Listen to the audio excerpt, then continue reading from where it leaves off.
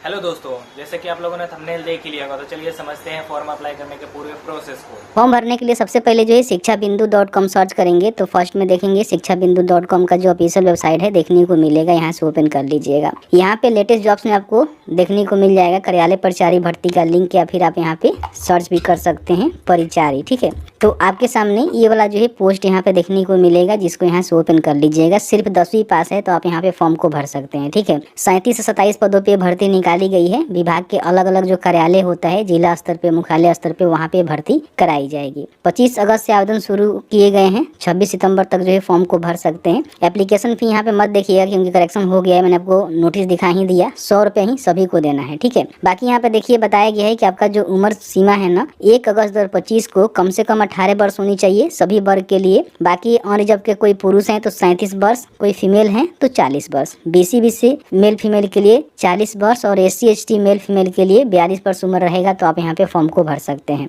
वेतन स्तर जो है 1 का आपको सैलरी देखने को मिलेगा, जो कि 18,000 से लेकर 56,000 रुपये प्रति माह के समकक्ष जा सकता है। ठीक है, तो इसको देख लीजिएगा। इसमें आपका लिखित परीक्षा होने वाला है, प्री मेंस भी होगा, क्योंकि 40,000 से अधिक आवेदन आएगा तो प्री मेंस होगा। ठीक है, फिर यहाँ पे आपका डॉक्यूमेंट सत्यापन होगा और उसके बाद नियुक्ति पत्र आपको दिया जाएगा। ठीक है, और फॉर्म भरने के लिए यहीं पे जो है लिंक आपको देखने को मिलेगा। उससे पहले नोटिफिकेशन को भी डाउनलोड करके पढ़ लीजिएगा, क्योंकि नोटिफिकेशन में जो है सभी जानकारी मेंशन रहता है। एक बार जरूर देख लीजिएगा। जो भी रिजर्वेशन का बेनिफिट लेना चाहते हैं उनको यहाँ पे देखना चाहिए कौन कौन से डॉक्यूमेंट यहाँ पे देने पड़ते हैं, और बाकी देखेंगे कौन से कार्यालय में कहाँ पे कितनी भर्ती है, इसकी जानकारी जरूर चेकआउट कर लीजिएगा फॉर्म भरने से पहले। काफ़ी सारे भर्ती चेक नहीं करते हैं, आगे चल के समस्या क्रिएट हो जाता है। 37-27 पदों पर भर्ती निकाली गई, इसमें से 1200 जो 16 पोस्ट है वो केवल महिलाओं के लिए रखे गए हैं। ठीक है, तो बहुत ही अच्छा भर्ती है आप सभी के लिए। अप्लाई करना है तो यहीं पे अप्लाई ऑनलाइन का बटन आपको देखने को मिलेगा, इस पर क्लिक करना है। तो यहाँ पे एप्लीकेशन का डेट भी आपको देखने को मिल जाएगा, तो यहाँ से चेकआउट कर लीजिएगा। फॉर्म भरने के लिए सबसे पहले आपको जो है रजिस्ट्रेशन करना होता है, तो रजिस्ट्रेशन के बटन पे क्लिक करेंगे। अब यहाँ पे फॉर्म भरने के लिए जो रजिस्ट्रेशन करना है, इसमें देखिए 20 मिनट आपको समय मिला हुआ है। इसके अंतर्गत ही आपको फॉर्म को भरना है, इसमें पूरी जानकारी को एंट्री करना है। सबसे पहले यहाँ पे एप्लीकेंट का जो नेम है ना वो आपको लिखना है। ध्यान रखिएगा, इसमें मिस्टर, डॉक्टर वगैरह वगैरह नहीं लगाना है, और जो भी मैट्रिक का सर्टिफिकेट है ना उसके अनुसार ही अपना नेम यहाँ पे लिखेंगे। फिर यहाँ पे जेंडर बताएंगे कि मेल है कि फीमेल है, और ट्रांसजेंडर भी चाहें तो फॉर्म को भर सकते हैं। अगर आप बिहार से हैं तो यस करके रिजर्वेशन का बेनिफिट ले सकते हैं, लेकिन मान लीजिए बिहार के नहीं है तो यहाँ पे नो करेंगे और देखेंगे सीधे जो है ई-वार में जाएंगे। आप किसी भी प्रकार का रिजर्वेशन का बेनिफिट आपको देखने को नहीं मिलेगा। लेकिन बिहार से यस करेंगे तो यहाँ पे अपना जो भी कैटेगरी है उसका सिलेक्शन करेंगे। SC/ST है, BC है, EWS है, फिर जनरल है, जिसका भी सिलेक्शन करेंगे उसके हिसाब से आपको प्रमाण पत्र भी देना पड़ेगा। इन बातों को ध्यान रखेंगे। जैसे कि मैंने EBC का सिलेक्शन किया हुआ है, तो BC के कंडीशन में क्या होता है कि बिहार से बना NCL आपको देना है, और SC/ST कंडीशन में जाति देना है। अगर आप EWS हैं तो अपना EWS प्रमाण पत्र देंगे। अब यहाँ पे हमने EBC का सिलेक्शन किया हुआ है, तो इसमें किस जाति से आते हैं, जाति का सिलेक्शन यहाँ पे करना है। फिर यहाँ पे अगर नॉन क्रिमिनल के अंतर्गत आप आते हैं तो यहाँ पे यस करके उसका बेनिफिट ले सकते हैं, नहीं आते हैं तो नो करेंगे। लेकिन यहाँ पे देख सकते हैं कि सीधे जो है ई-वार कैटेगरी में जाएंगे। ठीक है, तो आपको यहाँ पे यस ही करना है। अगर आप डिसेबल हैं तो यहाँ पे यस करके उसकी जानकारी बता सकते हैं किस तरह के डिसेबल हैं, कितना परसेंटेज है। नहीं है तो सीधे नो करेंगे तो डिसेबल हो जाएगा। अगर आप भूतपूर्व सैनिक हैं तो यहाँ पे यस करके बता सकते हैं कि आपने रक्षा में जो सेवा दिया हुआ है वो कितने ईयर, मंथ और डे दिया हुआ है। नहीं तो यहाँ पे नहीं करेंगे। बताया गया है कि क्या आप 1 जनवरी 1963 के बाद NCC से विमुक्त होने के बाद बिहार के अधीन कार्य किया हुआ है, इस प्रकार के अभ्यर्थी हैं तो यस करेंगे, नहीं तो यहाँ पे नो करेंगे। अगर बताया गया है कि देखिए क्या आप बिहार के कर्मचारी हैं, ठीक है, जिन्होंने कम से कम 3 साल नियमित एवं रेगुलर सेवा की है, उस प्रकार के कर्मचारी है तो आप यहाँ पे यस करेंगे, नहीं तो सीधे यहाँ पे नो करेंगे। बिहार सरकारी कर्मचारी के बाद प्रयासों की संख्या 12/12/2022 के बाद, तो अगर आपने 12/12/2022 के बाद जो भी प्रयास किया उसकी जानकारी बता सकते हैं, नहीं है तो 0 करेंगे। यहाँ पे एक मोबाइल नंबर आपको डालनी है, उस मोबाइल नंबर को यहाँ पे कंफर्म करना है। फिर यहाँ पे ईमेल ID डालेंगे, उस ईमेल ID को यहाँ पे कंफर्म करेंगे। आपके जो भी मैट्रिकुलेशन के सर्टिफिकेट पे डेट ऑफ बर्थ है उस डेट बर्थ को यहाँ से सिलेक्ट करेंगे कैलेंडर के माध्यम से कि आपका ईयर क्या है, फिर यहाँ पे मंथ क्या है और डे क्या है। ठीक है,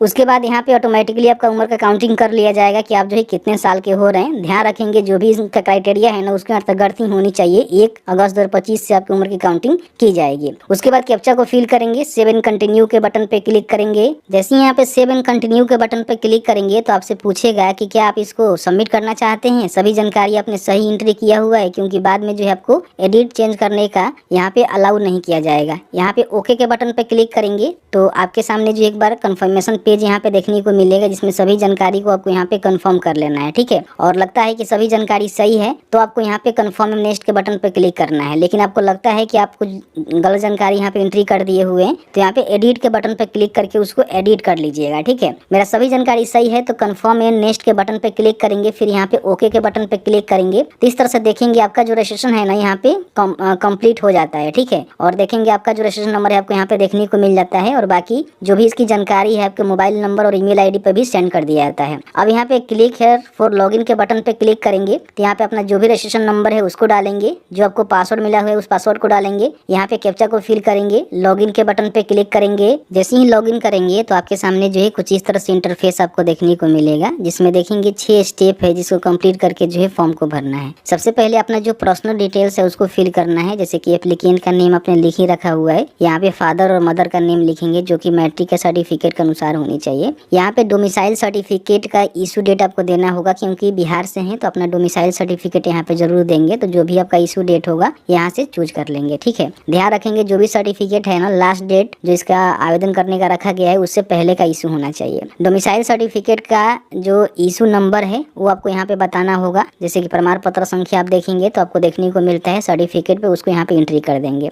बाकी कहाँ से जारी हुआ है, CO level, RO level, SDO, DM या फिर अदर लेवल, तो जहाँ से भी आपका इशू हुआ होगा उसकी सिलेक्शन यहाँ पे करना है।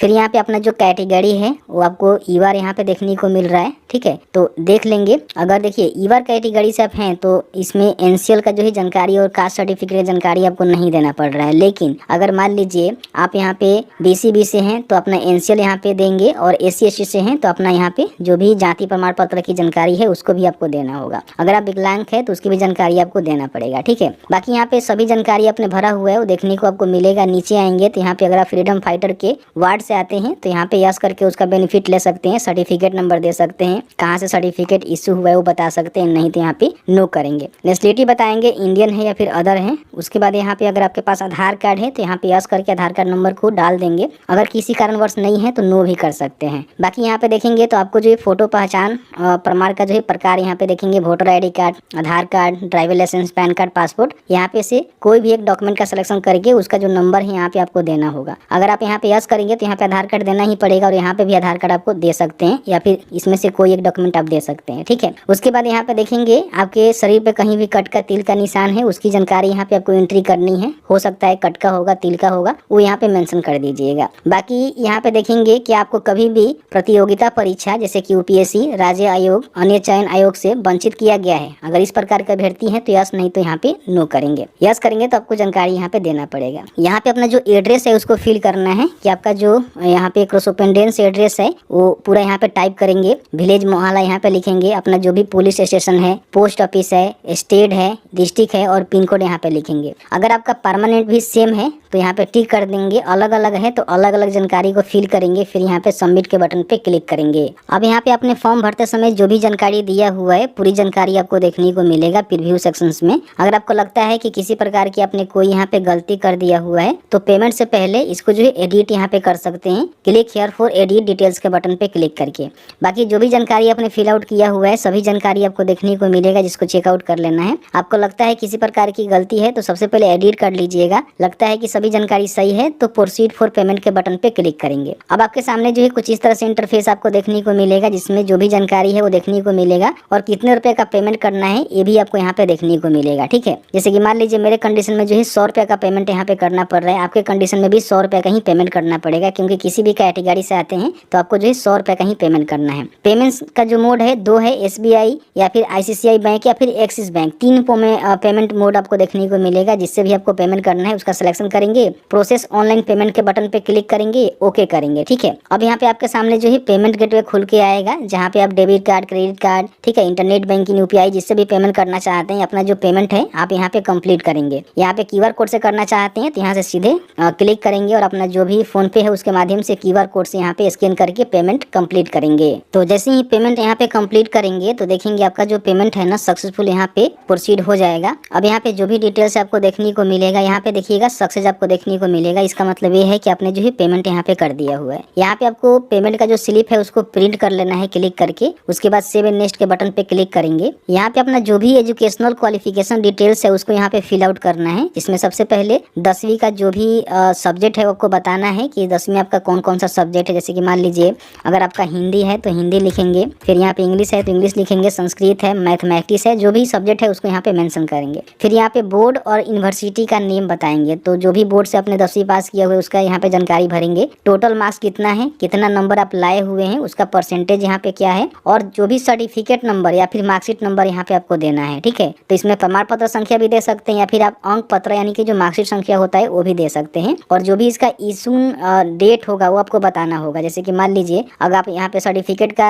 जो यहाँ पे प्रमाण पत्र संख्या दिए हुए हैं तो उसका इशू डेट लिखेंगे। अगर आप यहाँ पे मार्कशीट का दिए हैं तो मार्कशीट का इशू डेट यहाँ पे आपको कैलेंडर के माध्यम से चूज कर लेना है। फिर यहाँ पे सबमिट के बटन पे क्लिक करेंगे। जो भी अपने सर्टिफिकेट का डिटेल्स यहाँ पे दिया हुआ है मैट्रिक का, वो जानकारी यहाँ पे आपको देखने को मिलेगा। आपको लगता है कि इसमें कुछ आपने गलती कर दिया हुआ है तो यहाँ पे एडिट कर लीजिएगा, नहीं तो यहाँ पे सीधे क्या करना है कि सेव एंड नेक्स्ट के बटन पे क्लिक करना है। अब यहाँ पे आपको जो है डॉक्यूमेंट में जैसे सबसे पहले आपको जो अपना फोटोग्राफ है उसको यहाँ पे अपलोड करना है। जो बताया गया है कि जेपीजी फॉर्मेट में होनी चाहिए, 20 से लेकर जो है 50 KB के बीच में, और 1 महीने से ज्यादा आपका पुराना फोटो नहीं होना चाहिए। इसका डायमेंशन भी यहाँ पे आपको देखने को मिल जाएगा। ठीक है, इसको बड़ी आसानी से बना सकते हैं, आगे हम बताएंगे कैसे बनाना है। इसके साथ ही साथ यहाँ पे सिग्नेचर आपको देखेंगे तो हिंदी में और यहाँ पे इंग्लिश में अपलोड करना है। ठीक है, तो दोनों का साइज देखेंगे तो 10 से लेकर जो है 20 KB के बीच में होनी चाहिए, और यहाँ पे जेपीजी फॉर्मेट में रहेगा। इसकी भी डायमेंशन आप यहाँ पे देख सकते हैं। ठीक है, इसको कैसे बनाना है उसकी जानकारी हमको बता देते हैं। यहाँ पे आपको imresearcher.com यहाँ पे सर्च करना है। फर्स्ट में जो वेबसाइट का लिंक मिलेगा यहाँ पे वो ओपन करेंगे। सिग्नेचर है तो सिग्नेचर, फोटो है तो फोटो यहाँ पे अपलोड करेंगे। ठीक है, सिलेक्ट इमेज के बटन पे क्लिक करके अगर आपका फोटो है तो यहाँ पे साइज देखेंगे